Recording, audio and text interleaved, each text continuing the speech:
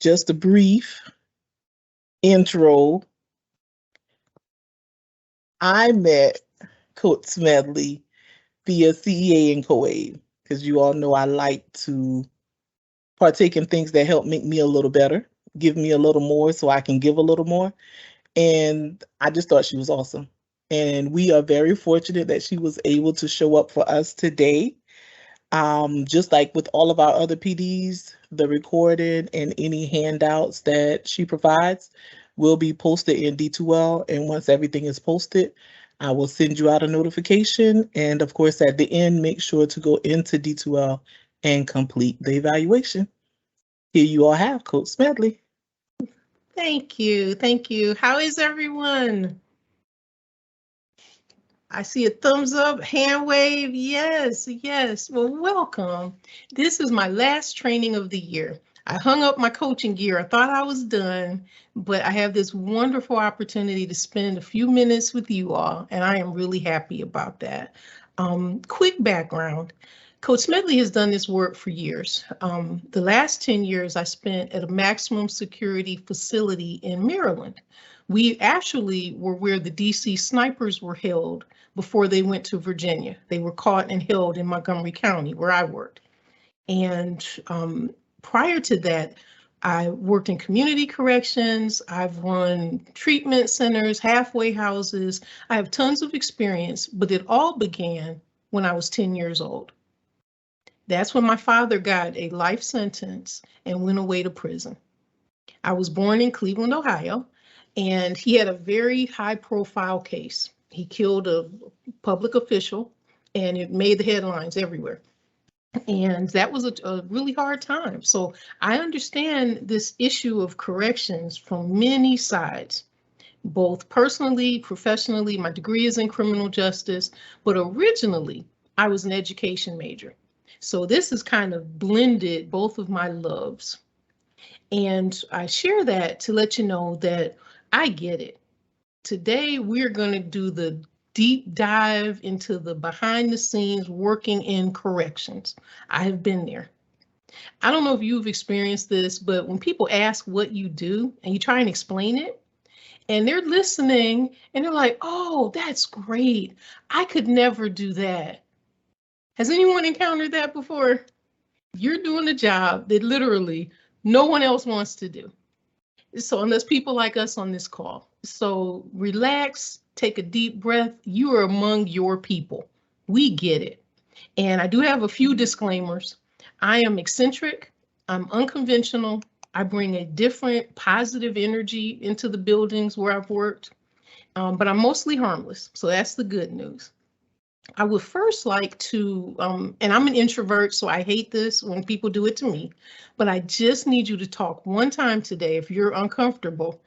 I need to know your name and what you like about your job in teaching. So if I can hear from everyone who can, I know someone doesn't have a mic or a camera. I'll read the chat for you, but can everyone else just tell me who you are and what you like about your job in teaching?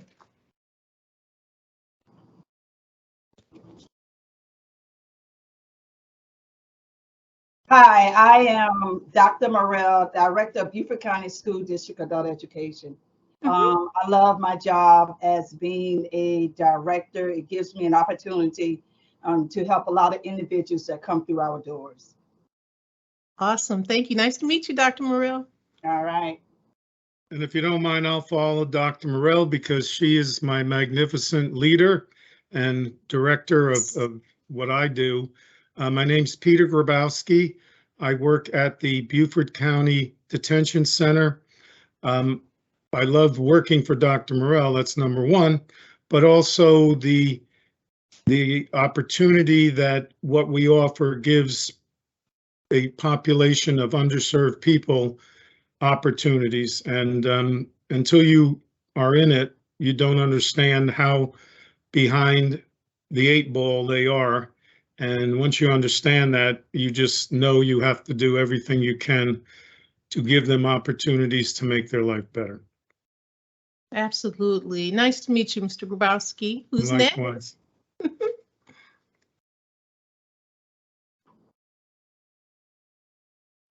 I'll go next. My name is Dr. O'Donnell Chavis, and I'm over at Evans Correctional Institute in Marlboro County. And I think my favorite part is seeing the tears that come to my guys' eyes when I tell them that they got their GED or they passed that part of it. And I love seeing the family members during the graduation ceremonies and watching them cry, you know, as I try not to cry myself. So I think that's probably the best part. Nice, nice. Nice to meet you. Who's next? This doesn't have to be painful. I promise you, I am an introvert. I won't bother you anymore this afternoon. Who's next? I'll go next. I'm Jill McLaughlin. I'm also in Beaufort County, but I am the College and Career Navigator. So I work with our students and graduates, and I love what I do. And I've actually had the opportunity to work with a couple of folks that have now been released from corrections and helping them find opportunities for college or jobs. So it's really satisfying to do that. Nice, nice. Nice to meet you, Jill. Okay. Good afternoon, everyone. My name is Dr. Beverly Holliday. I am the Director of Adult Education for Palmetto Unified School District. I see quite a number of my staff members here. And as Dr. O'Donnell Chavis just stated, she finds joy when her offenders cry, grown men crying that they have achieved a goal or whatever. And I also find that same joy when we travel to the various 21 institutions, especially graduation time, to see all the offenders that are geared up in their graduation gala attire. And it just brings so much joy to all of us, knowing that we are rendering a service to help these young men and women when they get out, that they will be successful and hopefully not have to come back. Absolutely. Absolutely. Absolutely. I am following the chat too, so nice to meet you, Nancy Hart and Aparna Desai. Hope I said that correctly. Ms. Martin, Mr. Harris. Watching the students learn and perfect their craft. Absolutely. I want to stop there if those of you who wanted to share have shared. I love my job. I walked into a maximum security facility every day for 10 years, and I bought joy. That was my job. I packed joy up with me in my clear bag, and I brought it into the facility with me.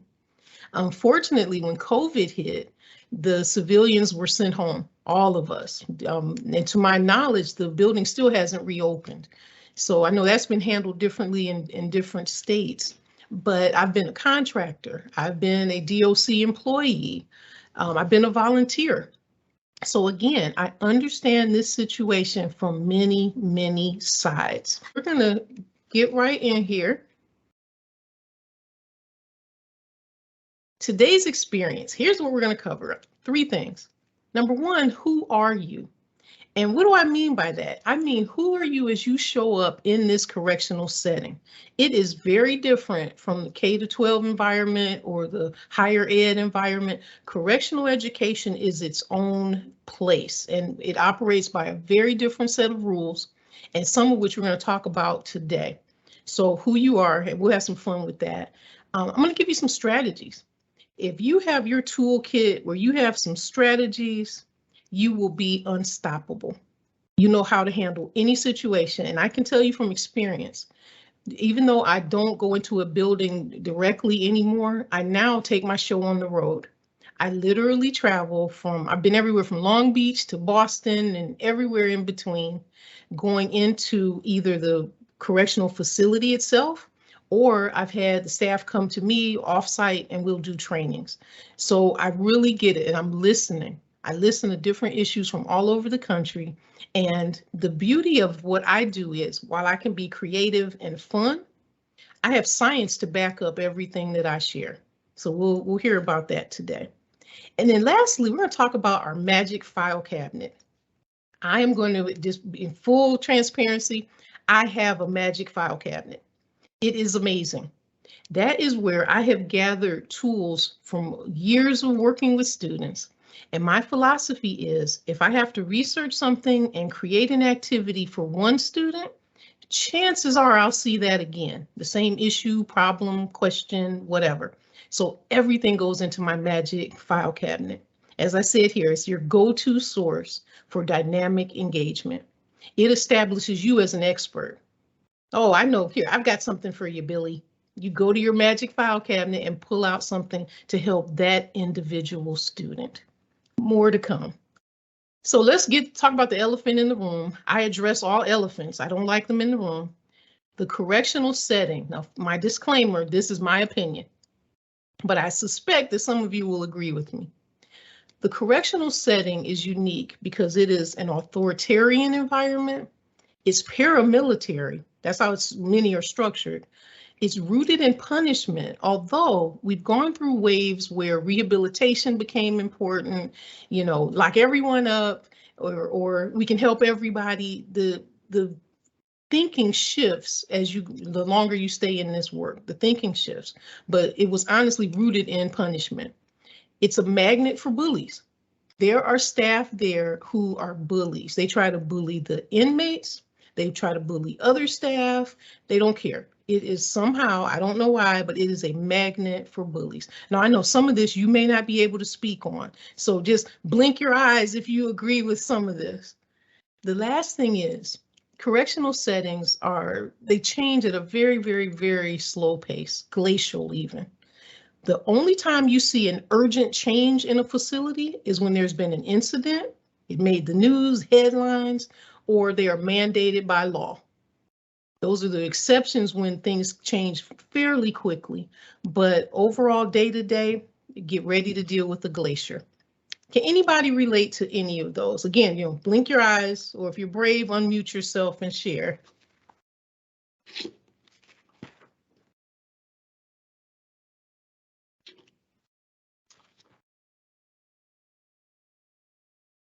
Absolutely, and I got an amen in the chat box. Thank you, thank you. Now, why would anybody want to work in this kind of environment? Well, as we've already said, we love our jobs. We love teaching. So my job, if you'll let me, is to help you figure out how do I navigate these waters.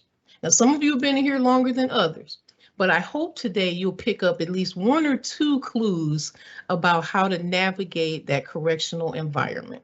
Now here, I've dealt with a lot of teacher stress. Whether you're brand new or you've done this for a while, you have those days where you look like this teacher. I want to give you 4 checkpoints that you can use, and it may help you in this. First of all, when you pull up into the parking lot, I don't know if your parking lot is the same lot that's used by visitors or they have designated areas for staff. I've worked in places that have both. But the number one thing I start with in my day when I'm hitting that facility, I count the cars in the parking lot. Not literally count them, but I do a visual check. Are there more cars than normal here today? What's going on? Do we have some VIP coming? Has something happened? Or like I experienced once, there were reporters outside trying to get a quote from me about whatever is going on that I don't know about. I found out later that we had our 2nd suicide in a month. So that raised some attention. So literally there were reporters lined up trying to stop each car and get an opinion. So check out what's happening in the parking lot. Note the unusual. You know, are there less cars than normal? We've had situations where that was the funeral of an officer, so hardly anybody was there. Or are there more cars than normal? And then as you're leaving, definitely stay alert. One means that a lot of inmates have escaped. And before I finish that, I believe in humanizing language. I do. But there's always the argument between the intellectual battle versus the practical. In the buildings where you all work, somebody in there calls them inmates. And so I'm not saying that to be demeaning. I call them students. So I want to get that out of the way. I don't want anyone saying, oh my God, Coach Smedley called them inmates. I don't feel that way about them. But the practical reality is in those buildings, they're called a lot worse. I did a training with officers once, and a gentleman walked over to me, and he was one of the leadership. He said, ma'am, you seem pretty nice, but I'm no correctional professional. I'm a jailer. Yikes. So he wasn't listening to my PowerPoint at all. You know, he's a jailer. I can't do anything with the jailer. So, but my point is, one of the ways that a lot of escapes occur is through vehicles, or someone can be hiding out and hop in your car with you. Always be mindful, check your back seat before you get in, normal precautions. Next, I'll talk about entering the building. As you're walking in, listen to the conversation at the front area. What are the officers talking about? What's happening? Who's there?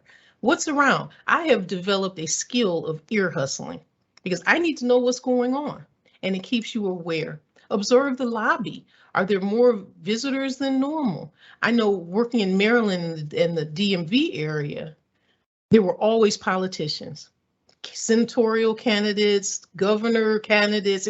Someone was always there, the politicians. So, or the celebrities. Kim Kardashian came to our facility, folks.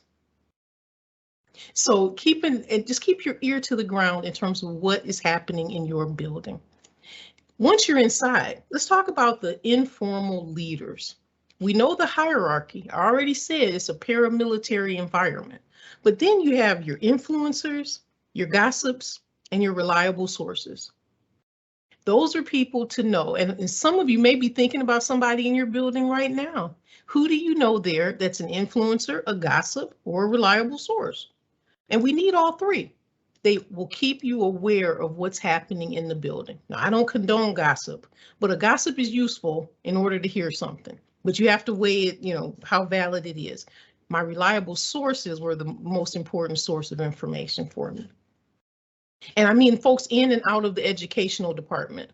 You have to find some allies in other departments. That's the only way you get things done in a correctional facility. You've got to make friends with somebody. And the informal leaders could be the janitor, the chaplain, the librarian. Key people throughout the building who will help you learn how things get done. Okay. And then lastly, the daily temperature check. You've always got to know what's happening in the building. I describe that as understanding the mood of the building.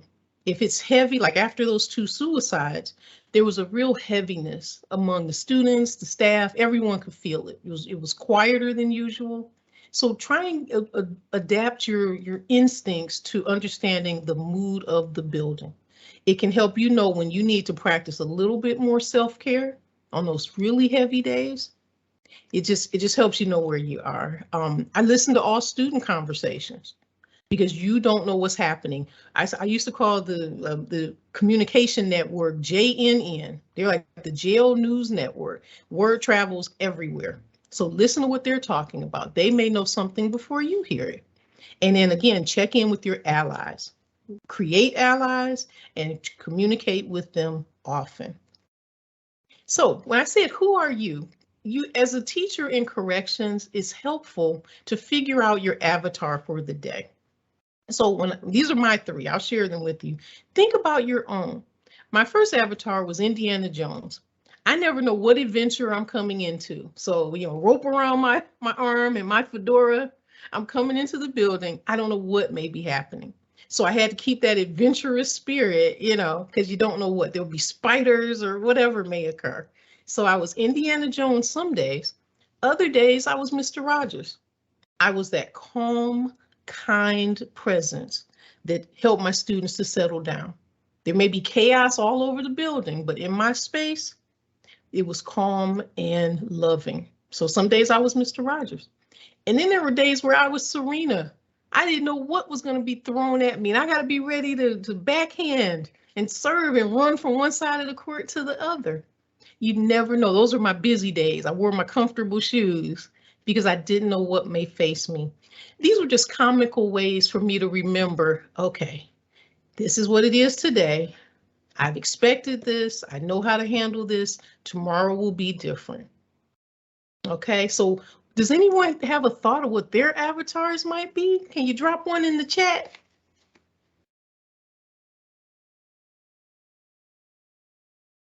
Oh, thank you, Miss Harriet. The first 19 minutes, yeah. If I can just keep that up a few more minutes, huh? Thor, okay. I almost put the Hulk, but I'm like, well, no, I don't want to go smashing anything in corrections, although there are days. But think about that, just a fun, creative way to deal with the stress. We work in an extremely stressful job. When I got word that because of the pandemic, we were being sent home, I was so sad. And it lasted a few weeks, and then a few weeks turned into a few months, and eventually I just resigned because I knew that uncertainty of dragging it out, I just left. And I went and did some part-time consulting. But I was so sad. But guess who was thrilled? My family. They never wanted me working in the facility. So that's a whole nother level that we have to deal with, is when we have family members who are scared.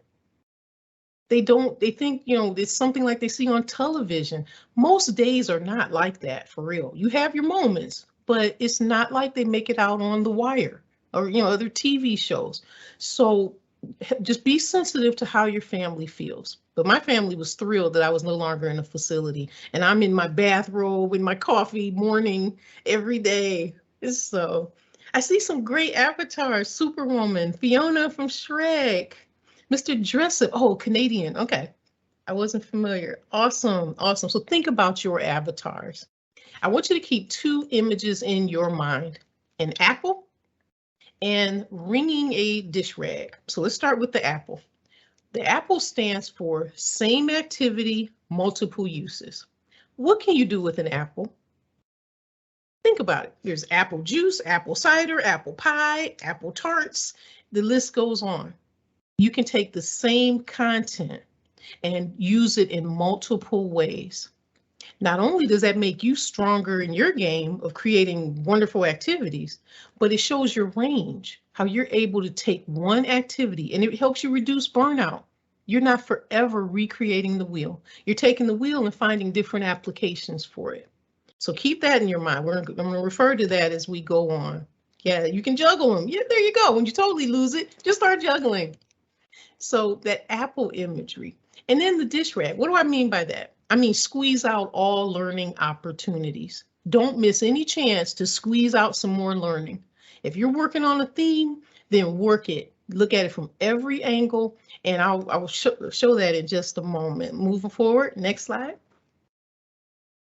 I'll use the example of the surveys. The question I asked you, in the survey, I asked you, what was your favorite season? Now, what the heck kind of question is that? I know somebody out there wonder, why is she asking us that? Well, I asked you that for a reason. Coach Smedley doesn't do anything without having a strategy behind it. Remember that. The reason that I asked is because, first of all, if I use this as an icebreaker with my students, I would have an image, because images evoke emotional responses. Without saying a word, somebody's going to remember a pleasant memory or maybe an unpleasant memory, but I want to get some kind of response. It's also a non-threatening conversation starter. Many of the students we work with are used to being grilled as they're going through intakes, assessments, and it's very callous. So how many times were you raped? Yeah. It's so impersonal. So I want to start with something light. It's a non-clinical question. There's so much seriousness and heavy topics that we cover. Pick something light. That lets your student know that, hey, this is a place where I can come and I can just breathe.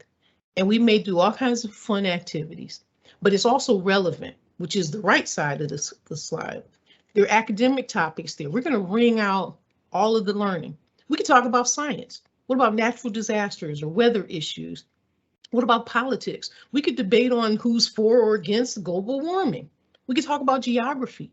What are some of the different regions and how weather affects those regions? I know out west right now, water is like currency. So it allows you, one simple activity allows you to look at so many different sides of it. That's how you take your students deeper. I believe in teaching wide in terms of available topics, but also going deep within those topics. Those are skills they'll need as they get testing. You're building their muscles. Amen? Okay, now we're going to get into some strategies. And I have a lot of them, so put on your seatbelt. Number one is you set the tone. If you're miserable, guess who else is miserable? Your students may be too. And don't get me wrong, I haven't always walked into a room and commanded everyone's attention. I've had hard audiences. They were like the Apollo, you know, in terms of, oh, booing me off the stage. I've been there. But what I learned is I can't let that rattle me, especially with new students. Once you start breaking them in and get your group trained, it gets much easier. But when you have a brand new group, I always try and brace myself a little more because they may not know who you are. They may not laugh at your jokes. You know, they don't know who you are. I tell my students, classroom is a sanctuary, yes, and put all the negatives behind you. Focus on the positive, absolutely. You actually say it. I made my room inviting because during our intake, one question that I asked was, if you don't like, first I asked, do you like school? That was the first question. Do you like school? The second question was, if not, when did you stop liking school? And the answer that I got most of the time was 4th grade. So I have a 36-year-old who has not liked school since the 4th grade, and now I'm asking him to try to get his GED. First, I've got to do some healing and help do some academic preparation and reconnecting them with school. So my classroom was always very colorful, information rich. Everywhere you looked, there was something. I had a computer that did nothing but streamed a slideshow, just quotes and pictures of nature. So even the ones with ADHD who tuned me out, they're looking at the slideshow. I had stuff on the ceiling so they could look up, and you know, everywhere you look, there was some kind of information or image or something to build you up. It was an immersive environment, very important. And the reason that they stopped liking school in 4th grade is because after 4th grade, it's hard to cover up your weaknesses, your deficits. Up until then, school is it's largely play, but also just helping you get disciplined and learning your basic skills. If you're behind, it's harder to hide that in 4th grade and up. So the first thing I understand is connecting my students back to loving school and the academic environment. Many have not been treated well in classrooms. So they're looking at you suspiciously, wondering, is she going to kick me out? I had a student once that he'd been kicked out of every other program in the building. And the officers even warned me, oh, Coach Smedley, you don't want to bother with him. He gets kicked out of every program. I said, well, let me see. I'll be the judge of that. I had him in class and we did have an incident. And he says, I guess you're going to kick me out now, huh? I said, no, your punishment is going to be that you have to stay. He was shocked. Everyone else kicked him out. I said, I'm very patient. I'm a coach. So I taught him, you know, you're wanted here, and I will do everything I can with your cooperation to help you pass your GED. So you set the tone. Last thing I'll say on that is how I got my name, Coach Smedley. My first month on the job, I was alone. No officers were ever in my classroom. So I'm in a building, in a classroom by myself. I'd gone through the training. I knew where to swipe and where not to swipe, and I knew all of that stuff. But I was totally alone in my class. And a young man wanders over and he says, I don't see a ring. Is it Miss or Mrs.? And then he winked at me. I said, wait a minute, this kid is 21 years old. I said, young man, I have shoes older than you. Don't call me, I have shoes older than you. And he said, oh no, it's okay. 2 of my baby's mamas are older women. I like older women. I said, you will call me Coach Smedley. So in the moment, that neutralized the gender issue, but it also stuck. Because what do coaches do? Coaches want you to win. They invest time and training in you. They put you through drills. Coaches want you to win. So that's one to grow on. I became Coach Smedley. So that was setting the tone. Train everybody. Here's what I mean. We had classroom rules, and we'll see those in a moment. But I stuck to those rules, and one of them was, you know, about coming to class, your attendance. Whenever a student did not come, you know, I'm checking folks in as they come in and someone's missing, and I would get on the phone and I would call over to the housing unit. Excuse me, officer, Billy is not here. Oh, he refused today. I said, oh, okay. I would either if I had someone else in class, another teacher, I would go around to the housing unit and say, oh, you'd rather play basketball than come to my class? And it became such a thing that even the other inmates were teasing him. Oh, there's your teacher, you better go. And the other thing that happened is after a while, the officers said, look, you know she's going to call down here. Just get dressed and go to class. So I had unknowingly recruited these officers as allies because they knew if he's not in class, I'm calling the unit. Sometimes I got a no and I'm not coming. Okay, and I accepted that. But because I did that regularly, even the officers were like, man, I don't want to hear Coach Smedley's mouth. Get up, get to class. So I was training everyone how to behave. And then the last one is being an anchor. You will find that things are happening in the building, or if something is happening in the press, if they hear about an escape or if something's happening at home, our students are processing all of this information in a negative environment. So part of what we do is being that anchor. On one of those trips over to the housing unit, sometimes I'd hop on my broom and fly over, and I came to see a student and he said, well, I got bad news from home. And I said, okay, you're going to be locked up the rest of the day. Why don't you get away and come to a class where you know you are supported? It'll get your mind off of things. And most of the times that was all the convincing they needed. And I said, when you come back to your cell, you can think about this then. But for now, come on where you want it. So being that anchor sometimes means being that emotional anchor just to help them. Now, don't take on everyone's problems. We can't do that. We're human. But you can be that subtle anchor for students who've never had that. Many of their own parents weren't an anchor. Nobody in their life is that. So that's what I became as Coach Smedley. My no was no. My yes was yes. My I'll see, I'll look into it. I became known for my word and that I could be counted on. Any questions or comments?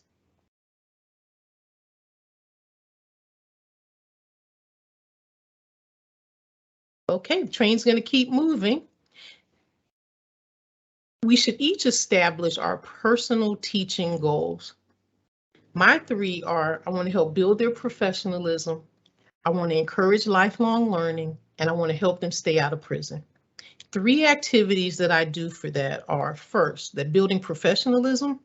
Whenever I give them a form or a worksheet or something to complete, I train them, look at the front and the back, make sure you're not missing anything, and fill it out completely. Don't leave any blanks. If something doesn't apply, then you say that it's not applicable.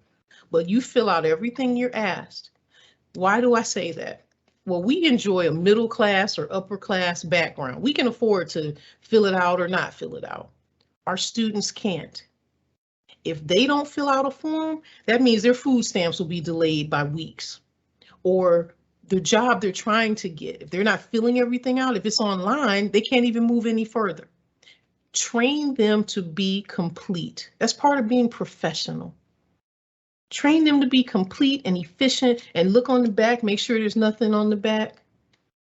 That is a small way that I can prepare them for life on the outside because they haven't had this kind of structure, many of them, not all. I've had 4 PhDs in my career, so not everyone is in the same bucket.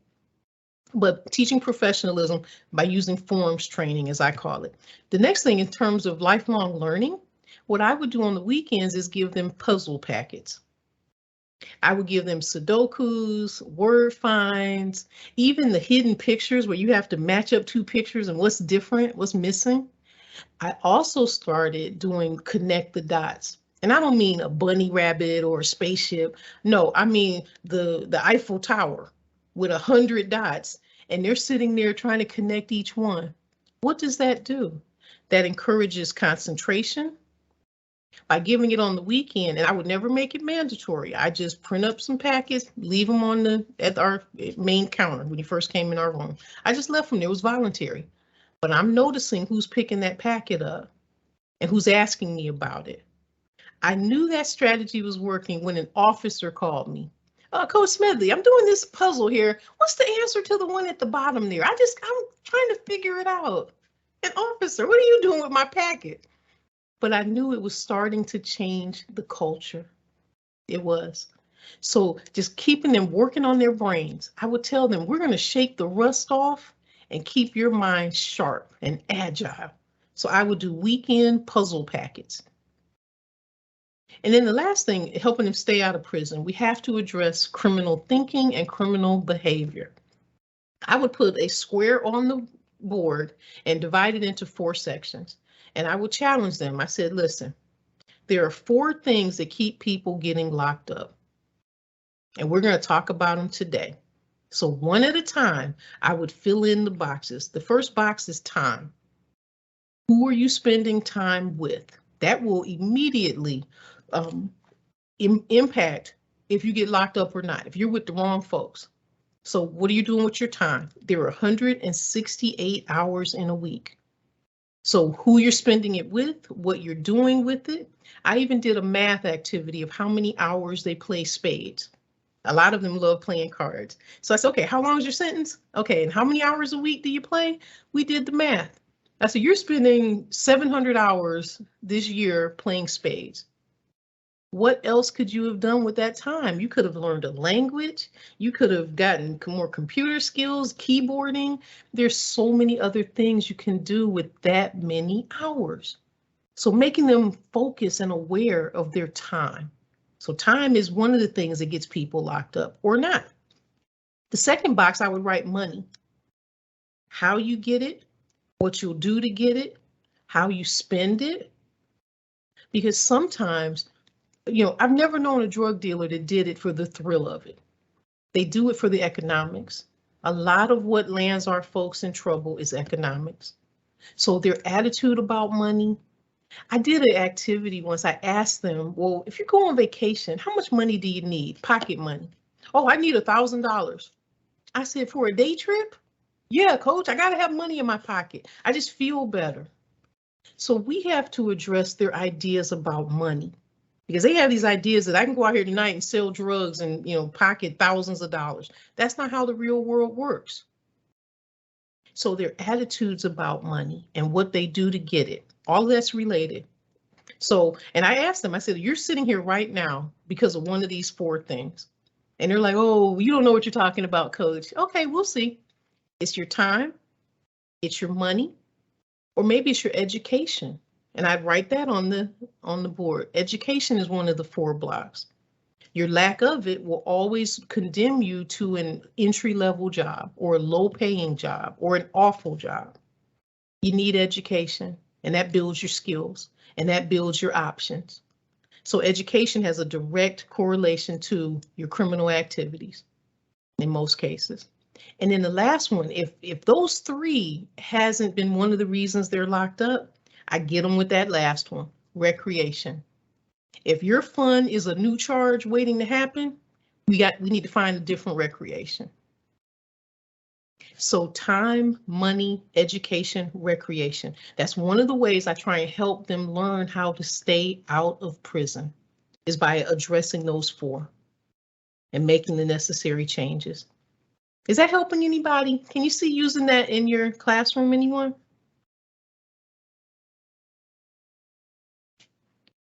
Okay, I'm flying blind here. The chat's not moving. I don't hear anyone saying anything. Come on, help me. Can you use those 4 strategies, time, money, education, recreation, and explain it and help them see it in their own lives? Cara, yes, I'm glad. Take that, run with it. And Donna as well. Helping our students connect those dots is very helpful. Okay, I know I got a lot going on here, so just take a moment and we will take a break. Ms. Adams, I want you to call time out when we need to take a break, okay? But this slide is an important one. On the left, this is a handout I have on the do's and don'ts of trauma-informed care in the classroom, but it's aimed at children. But some of it is universal. So I want you to take a moment and just kind of study this handout. And then on the right side is how I use it in correction. So I'll explain some of those strategies. Those are Coach Smedley's answer to the flyer on the left.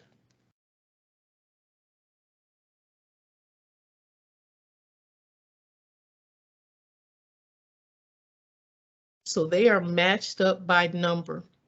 So number one, how do I create a safe space? Well, one of the ways I do that in corrections is never calling on anybody.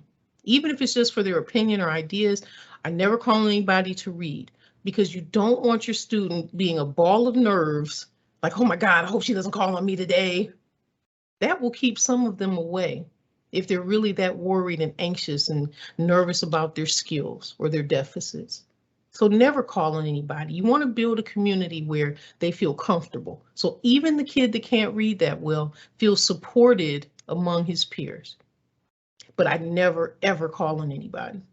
Number two, these are actually, and I was looking for the picture. I have a picture of these hanging up in my classroom. I couldn't find it, but these are the 4 rules that I implemented. Number 1, be on time. Number 2, come prepared. Number 3, be willing to try. And number 4, be ready to change. So during orientation and my early contact with the students, I used to stand in front of the sign and I'd say, look at those rules. Are there any that you're not going to be able to comply with? Tell me now. So they hear that from day one. Be on time, come prepared, be willing to try, be ready to change. And that first one, I get some pushback. Well, Coach Smedley, I can't let myself out of my cell. What do you want me to do? And I said, well, you're right. You can't let yourself out, but you can be dressed. You can be up. You can remind the officer, sir, you know, I have to be in class at whatever time. Do your part, because when they see that you're up and really handling your business, that will encourage the officer to support what you're trying to do. If you have an officer that's not on board, your student could live and die in that Sally Port. Amen. You've got to make everyone on board. And by that student being up and dressed, that says a lot. It sends a message. So being on time, come and prepare. If I give you homework, do your homework. Come prepared, because if you struggle with something, then we can address that in class. You have a great example of where maybe I didn't teach it so clear. Okay, so being prepared, and you want to teach them to be prepared even at their jobs. You want to show up in life being prepared.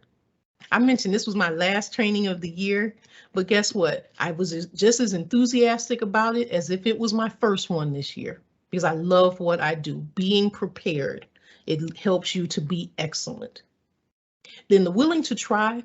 I've always had students, well, you know, I don't read so well, or I don't this. And I said, okay, I understand. What are you doing about it? Well, I said, okay, are you in programming? Are you getting tutoring? Are you asking for help? So if they are willing to try, and some are not, and that's what you need to uncover.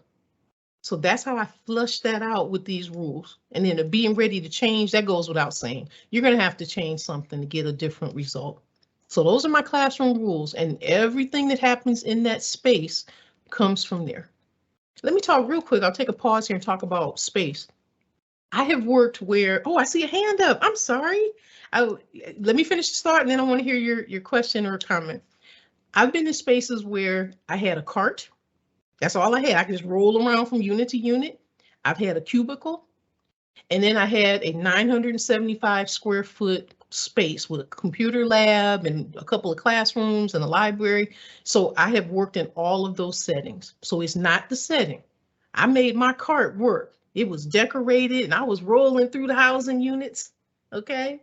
Or your cubicle, just make it inviting. Whatever you do, it will impact the environment, your space. Rule your space. So the never calling on students, the classroom rules. Number 3 is building a sense of trust. One simple way that I did that was creating a form, a little half-page form that had the student's name, their housing unit, and whatever their request was. It could be something small. I need an extra copy of whatever, or I need to know who I should reach out to for whatever, you know, but I made them write it down.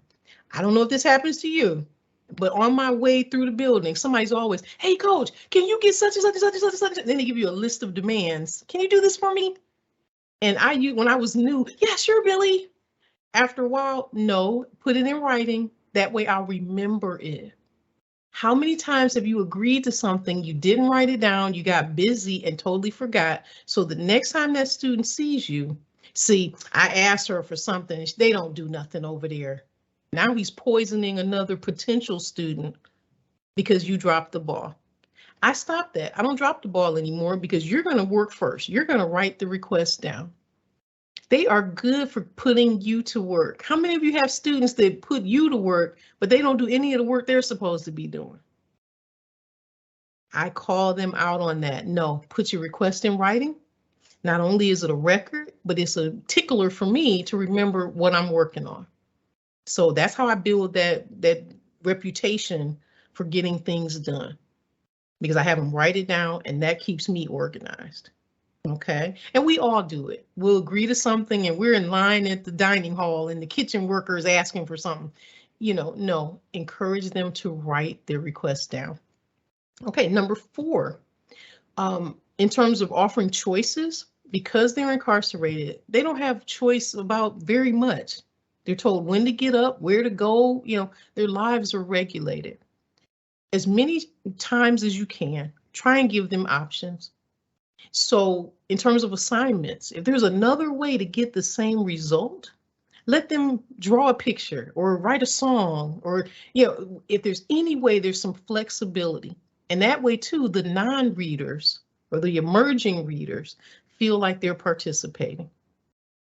One activity I did, I had a blank map of the US. And this isn't even in the presentation, so just write it down. It's an extra tip. I had a blank map of the US and the students walked in and I put them in groups. I said, okay, you're going to fill out this map. We don't know all the states, Coach Smedley. I said, well, you haven't tried. Did you see rule number 3? And I have them as a team start filling out the states.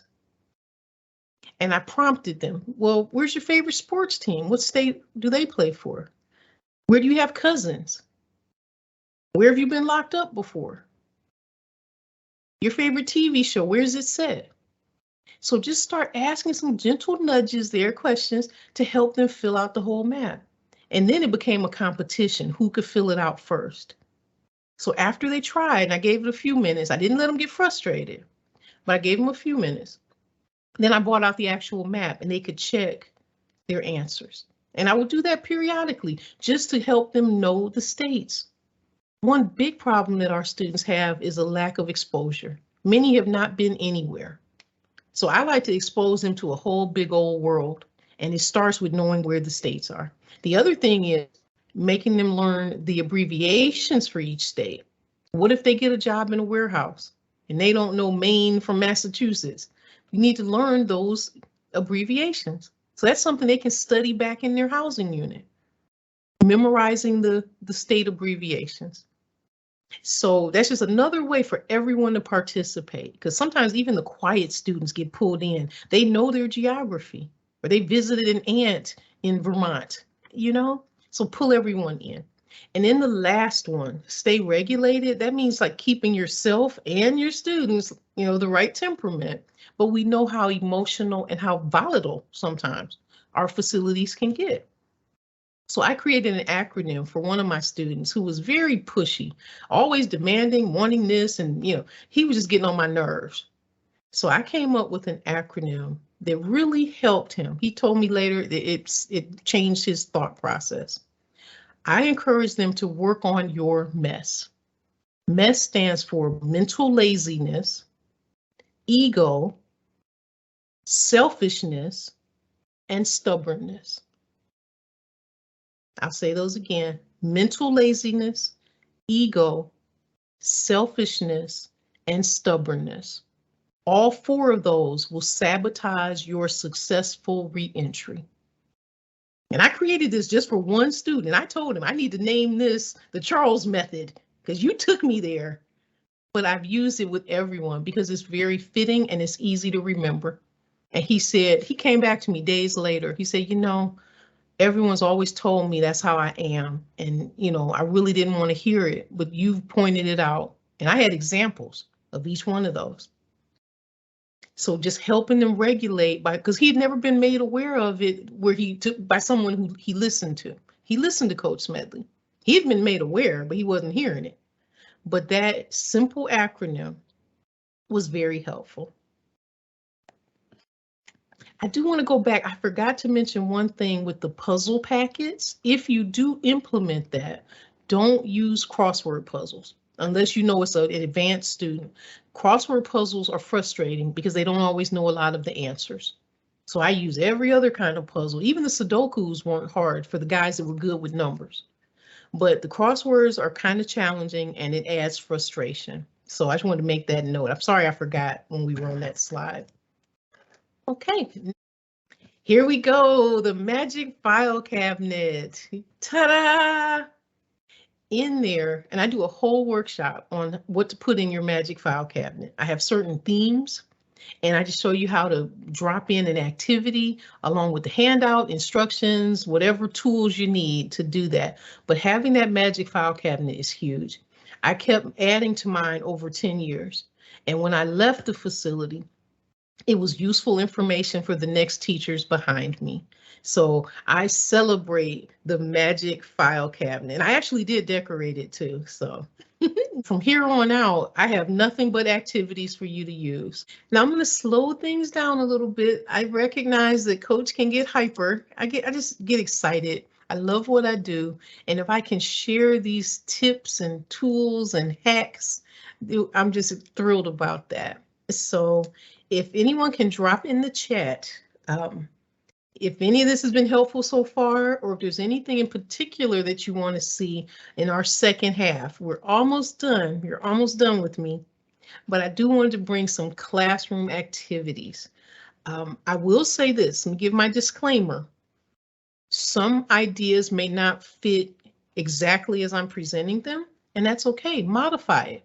I understand that every building is different. It's not even about the jurisdiction or the state to state. It's building to building within the same jurisdiction. Everybody's operating under different conditions. I got it. And I even say, look, we don't have technology. We can go old school, pen and paper. I understand, because I've been in conferences and I'll have people, Coach Smedley, we don't have a smart board. I'm like, okay, not a problem. There's a pen and paper version. Just somehow figure out how to reach your students within the limitations that you have. Because guess what, folks? There's never going to be enough money, never going to be enough resources. I was blessed to have volunteers at my facility. So that helped me a bit. I could match up volunteers with my students, so I could get a bit of a break to do paperwork. But we're never going to have everything we need. And yet we come to work every day.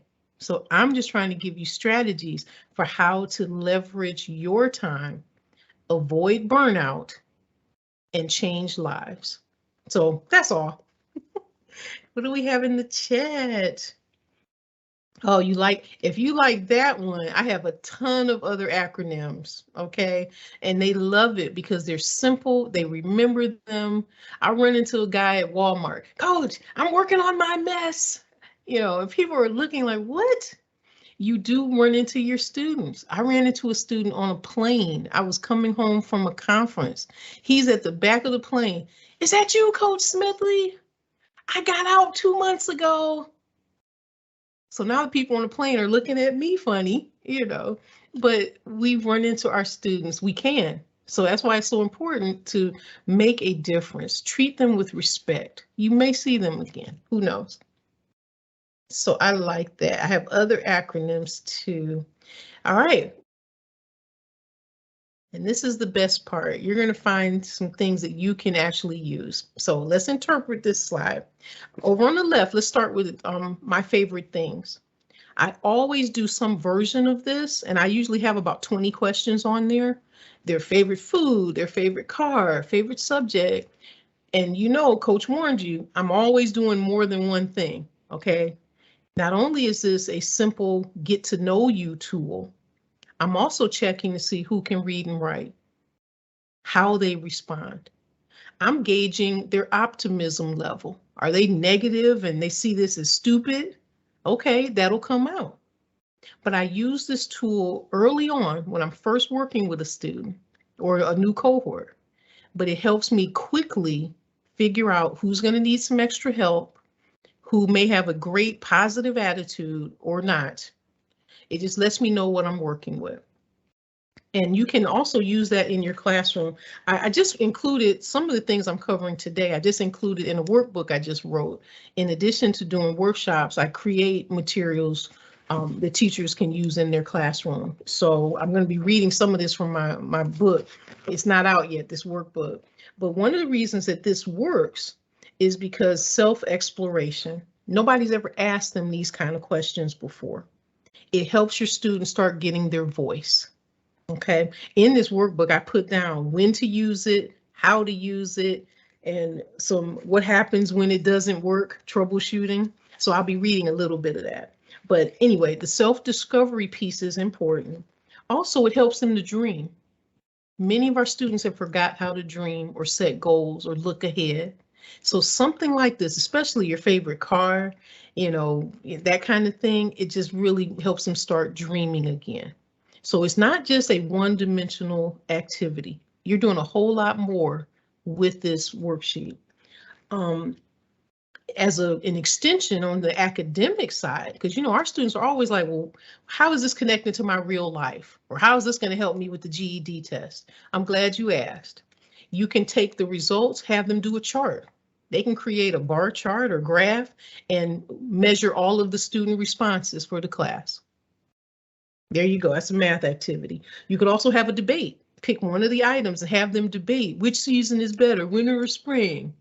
It can be a topic for a debate.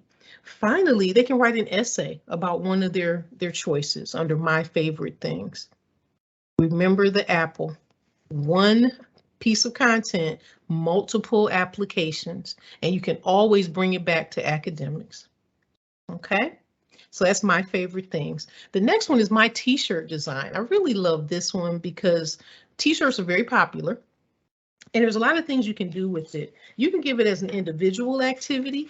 And actually all I do is I blow this up and put it on a worksheet and they can design their own t-shirt. So they can look at some political cause or social cause. It can also be a business opportunity. Have them design a shirt representing a team or a company, and they can pretend like they're a marketing campaign and they're going to present their idea. All of this ties into their entrepreneurial side. How many entrepreneurs do you have in your classes? So my t-shirt design can really be the beginning of something they can do once they're released. So have some fun with that. You can do a team activity. Which team comes up with the best logo or design about a certain theme? Okay. And then the third activity on here is what I call vitamins. And what do vitamins do? Vitamins are supplements. The correctional environment is very negative. So what I would do, I would give my students vitamins to help them to be stronger in such a negative environment. And all a vitamin is a little square sheet of paper with a quote on it. I would change these every week. And the student would take the little bitty one and I'd have a larger one posted on my wall. So I just used a random quote. This one is from John Wooden, famous basketball coach. One of the few people in the Hall of Fame as a player and as a coach. Piece of trivia there. But I would make these vitamins and you can use all kinds of quotes. You can have historical figures. You can have, you know, sports quotes like I used here, motivational quotes. Just find some quotes and you can put them on a page and then cut out the little squares. My students would save these up and put it in their folders or their notebooks. So the vitamins are very popular. I use those. They're waiting on the counter as students are signing in. And we don't make a big deal out of it. Every week there's a new quote. I may do a writing assignment about it if it's one that's particularly interesting, but vitamins are great. You're feeding their mind. You're getting them thinking from the minute they walk in your classroom. So have fun with that. Okay, here's another worksheet that I use. And actually, on the left is the actual worksheet, but on the right are some of the responses. I want to see what you can do with this. But this ties into their addressing their criminal thinking and criminal behavior. You know, it's one of my teaching goals to give them the skills to stay out. So I asked a question. Now, one caveat with this, don't introduce this early on in your time with the student. They don't trust you yet. They don't know you yet. Wait until you build up a bit of a rapport. If you do this too soon, they won't be truthful. and they'll be angry and resentful that you're even asking me this stuff. But once they know you care, once you've won them over, ask them some of these questions. And these are gut punches. My incarceration has affected blank the most.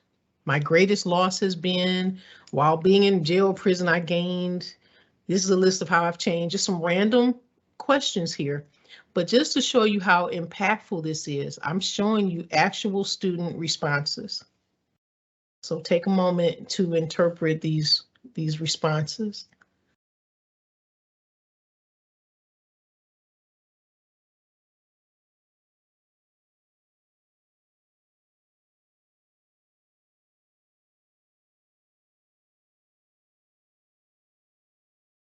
The thing I love about the responses, you could, as a teacher, you can hang your hat on several of these because they're being very open.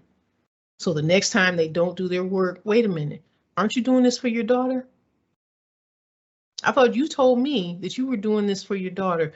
Push yourself, build some stamina, you know, that kind of thing. But these tools that are pulling out their thought process, you need to know how they think about these things in order to influence them to make some changes to stay out. It is, Nancy, very introspective. But that's why you wait until they trust you, because if not, they'll just put some BS answer down, you know, if they don't know you and trust you. And we don't want that. We want it to be introspective. Any thoughts or comments?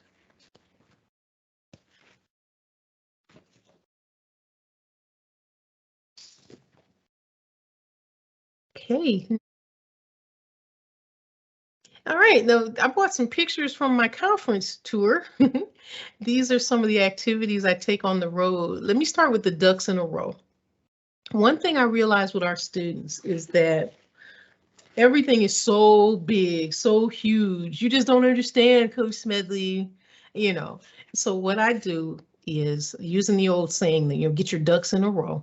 I actually bought in yellow ducks. Now imagine me signing in at the front desk. They're checking off my bag. Okay, Coach Smedley has 3 dozen yellow ducks. Okay. After a while, they just got used to whatever weird thing I was bringing in. But here's what happens. As your program gains momentum and you have success stories and people are talking about what they're getting from your class, leadership hears that. So after a while, I could bring in my ducks. You know, it wasn't a problem. They just figured I was doing some new activity. So here's how it works. Instead of looking at the self, because many of our students aren't ready to be that introspective like they were, you know, with the last activity. So I start with a description. I give them a case study. You know, John just got released. He's, you know, 42 years old. He has these charges. I'll give them a set of circumstances. And I'd say, okay, well, if you're John, what are your little ducks and what are your big ducks? And the point is prioritizing what you need to deal with. For example, getting your birth certificate is a little duck, fairly easy for most people. Getting your GED, well, that's going to take more time. That's a big duck. So the labels are so they can label what the issue is. Birth certificate will go on a little duck, or, you know, a big duck will be getting my GED. And here I was doing the training showing the teachers how to implement that. But every student or every team gets a case study, and then you have them prioritize. And we'll have discussion about it. You need to help them realize everything is not the end of the world, okay? So doing this activity helps them prioritize. So after this, their homework is a blank sheet where they tell their little ducks and their big ducks. They make it personal. That's one way to get through to our students. They don't want to talk about themselves. No problem. We're going to look at this guy over here. And once we're done, then we're going to look at you. So this is very effective. I've used this for years now. You do have to make sure they don't take your ducks. Count your ducks all the time. You don't want that to be an issue, because if they use that duck as a tool to break out of their cell, then you're in trouble. So always, everything I do that's using manipulatives, I count, I have a count, I sign them in, sign them out. I've created my own system to keep up with your materials. But if you build relationships and a learning community, you don't have to worry about that as much, because they will kind of watch each other. Okay, but ducks in a row is extremely effective to help them prioritize issues that they're all likely to face. What's big and what's little. Okay, let's pivot to the next one, identifying my sharks. Let me tell you where this came from. I recognized that as students were approaching their release, they started unraveling. I have a whole workshop that I do, how to reduce student anxiety as they get closer to being released. It's just a natural thing. You can almost tell when they're down to their last stretch because they start losing it. A lot of it is fear, it's uncertainty, it's nervousness. Can I get out and stay out this time? It's, I don't know where I'll be living. You know, there's a whole lot that comes into play with that. So what I realized was, you know, they're just anxious. And some of my best students were unraveling. So I created, and the lady's actually holding it. I just had this crude poster picture that I made, and I would have the students come in. I said, okay, we're going to identify our sharks. What do you mean sharks, Coach Smedley? I said, that's you sitting in the boat. The guy is so worried. All these things approaching you are your issues that are coming at you. And sharks could be anything. Your sharks could be your kids. It could be your PO. It could be your addiction. They can be tangible and intangible. So having them label all the things that are troubling them. In this case, I just personified it. I call it a shark. And some are in the distance. If you notice on the smaller sheet is what I give the students. Some are in the distance, they're on their way. Some are right there about to tip the boat over, feels like. So having them identify their sharks, that's the first day. And I let them think about it. And when they come back, the next classroom period together, we start labeling what is each one of those sharks and what is our strategy for dealing with it. So as you can imagine, it just helps them to, again, prioritize which ones are big or small. And also it makes you feel empowered when you can actually point to, okay, this is what I'm going to do for this one. Okay, I got this. I need to get my credit report. I need to do this. I need to do that. It helps them to come up with a plan and a system. I do want to pause here. Any questions on how to use any of these activities? Any questions?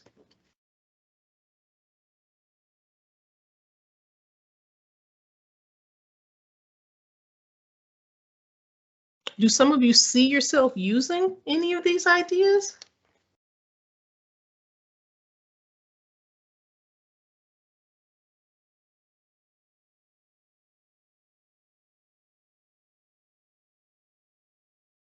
I know you're typing in the chat, right? I'll wait a few minutes while you're typing. Okay, Cara, awesome, awesome. Anyone else? Will it work in your building? I'm always curious to hear that. Will some of these ideas work in your space?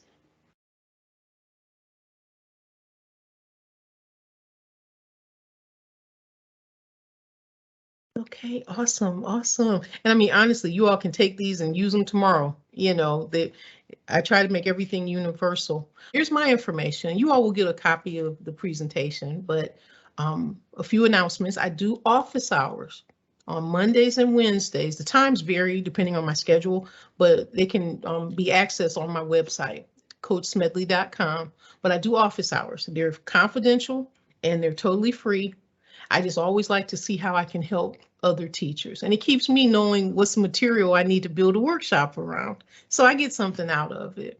And I've had requests as little as, how do I get maintenance to fix my air conditioner, to, you know, more serious issues.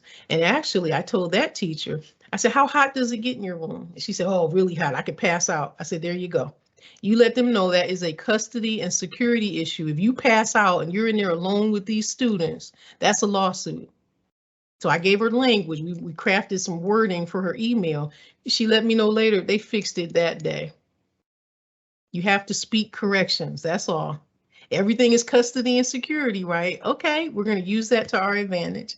So those are the kind of things I can help with for office hours. Or if you want me to walk you through how to implement one of the activities we talked about, I do that as well. And there's my email, beinspired@coachsmedley.com. So again, you can jot these down now, but you will get, we'll follow up and send you this presentation. Okay, and then the very last thing I'm going to leave you with is, and this is not a shameless plug, it's actually a vital tool, but I wrote a book. My book is called Embracing Your Story, How to Build a Great Life Out of Hardships. And I gave a little bit of my backstory, being from Cleveland. I would add to that I had teenage parents. Mom was 15, my dad was 17, and then he got a life sentence to prison.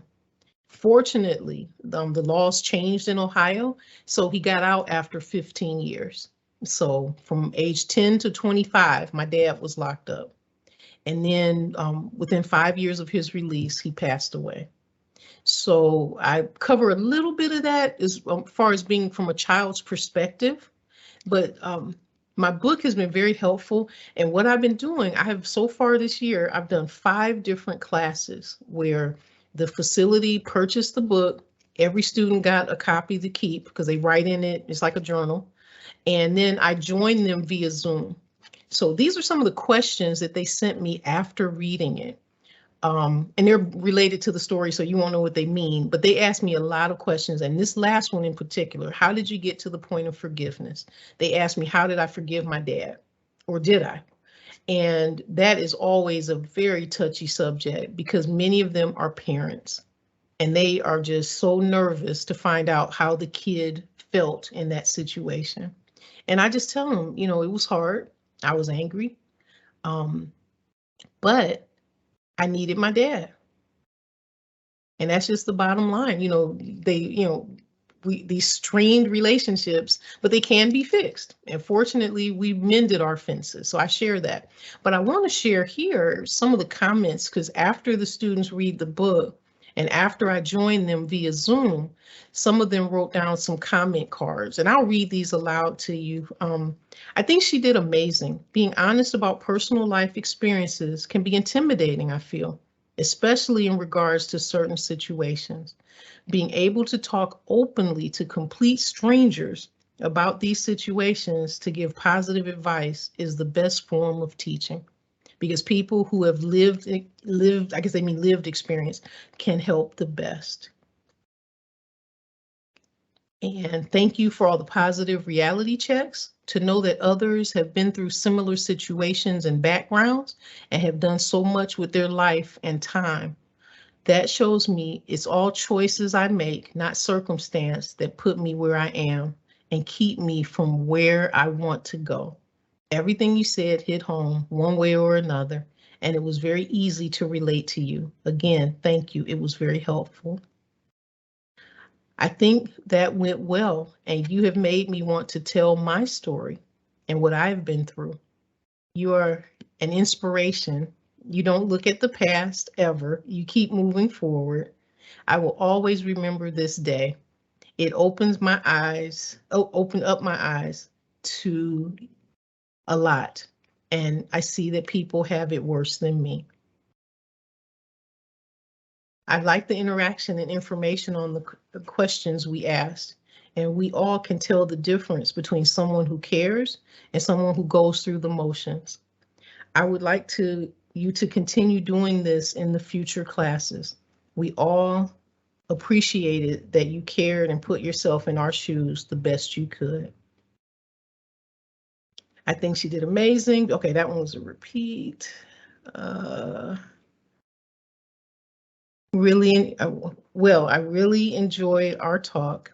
I did learn a lot from you. I would like to write my own book in hopes that my story will help someone. And then this is the final one. Coach, first off, you're awesome. Your attitude and keeping it real approach is a dying breed to a hypersensitive society. With that said, you are a breath of fresh air, and I will be in touch with you. I have a lot of questions regarding reentry and things to help my future. I would also be interested in returning the favor once I have my feet under me. So anyway, with the book, as I said, I'm available to come on. I joined the class via Zoom.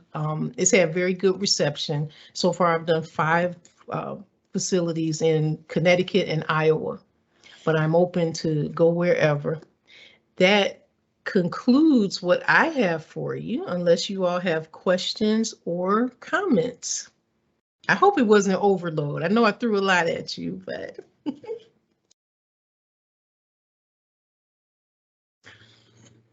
I have a soul sister out there.